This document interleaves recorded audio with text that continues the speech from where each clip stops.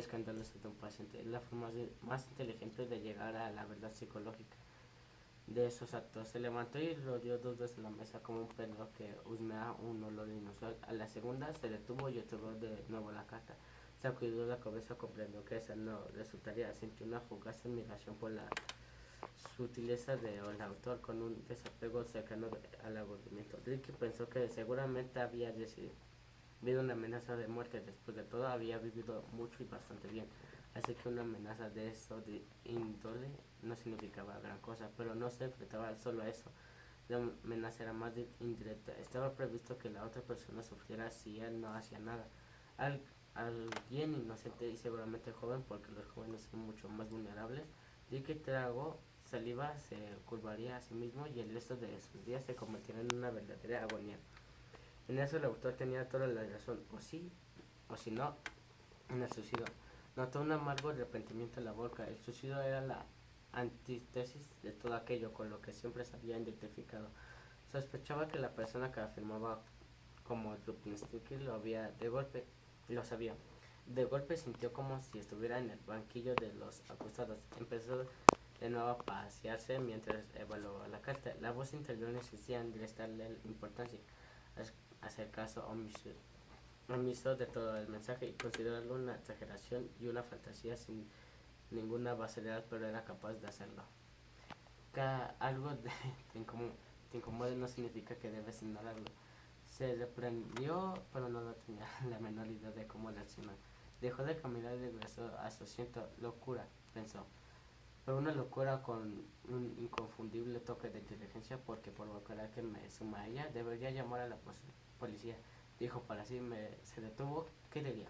Marcaría al 911 y aplicaría a algún sargento gris y sin imaginación que había recibido una carta amenazadora y escucharía como el hombre le explicaba y que hasta donde sabía no se había infringido ninguna ley, a no ser que sugiriera a alguien que se suicidara fuera alguna clase de delito, extorsión tal vez. Se preguntó qué clase de homicidio podría ser.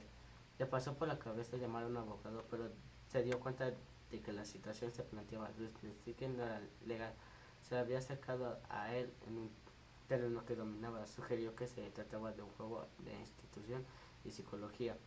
Era cuestión de emociones y de miedos. Sacudió la cabeza y se dijo que podía lidiar en ese ámbito. Así pues, ¿qué tenemos aquí?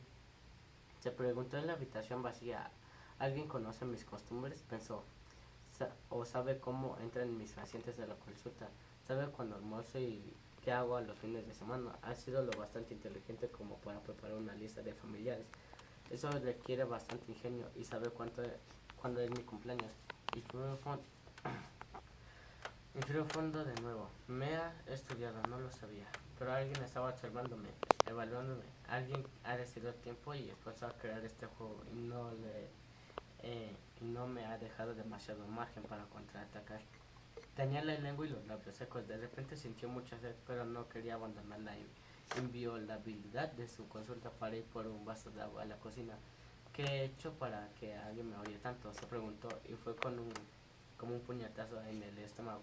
Sabía que muchos profesionales tenían la arrogancia de pensar que su concepto de mundo se había beneficiado del conocimiento y la aceptación de su existencia. La idea de saber provocado en un odio monstruoso le produció un fondo desasosiego. ¿Quién eres?, le preguntó mirando la carta. Empezó a repasar precipitadamente la retahíla de pacientes, remontándose décadas atrás, pero se detuvo. Sabía que tendría que hacer eso de manera sistemática, disciplinada y tenaz, y aún no estaba preparado para dar ese paso.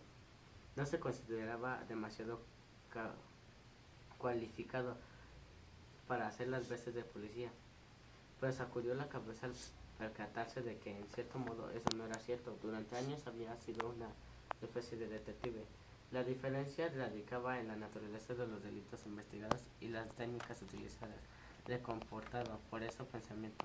Dick Cristal volvió a sentarse tras su escritorio, buscó en el cajón superior derecho y sacó una vieja libreta de direcciones sujeta con una goma elástica.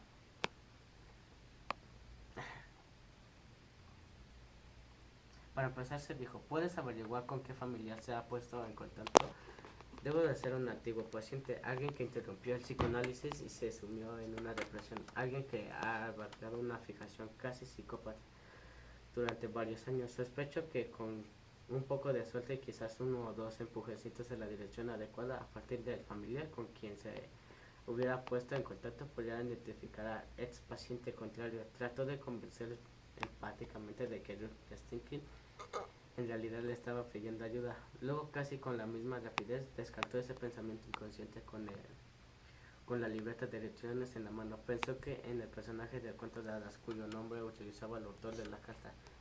Pensó en un enano mágico con el corazón tenebroso que no es superado en inteligencia, sino que pierde su contienda por pura mala suerte. Esta observación no lo hizo sentir mejor. La carta parecía brillar en la mesa delante de él. Insistió lentamente. Te dice mucho, pensó.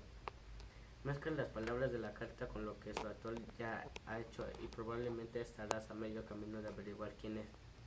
Así que le abrió la libreta de direcciones para buscar el número del primer familiar de los 52 de la lista. Hizo una mueca y empezó a marcar los números del teléfono. En la última década había tenido poco contacto con sus familiares y sospechaba que ninguno de ellos tendría demasiadas ganas de tener noticias suyas, en especial dado el cariz de la llamada.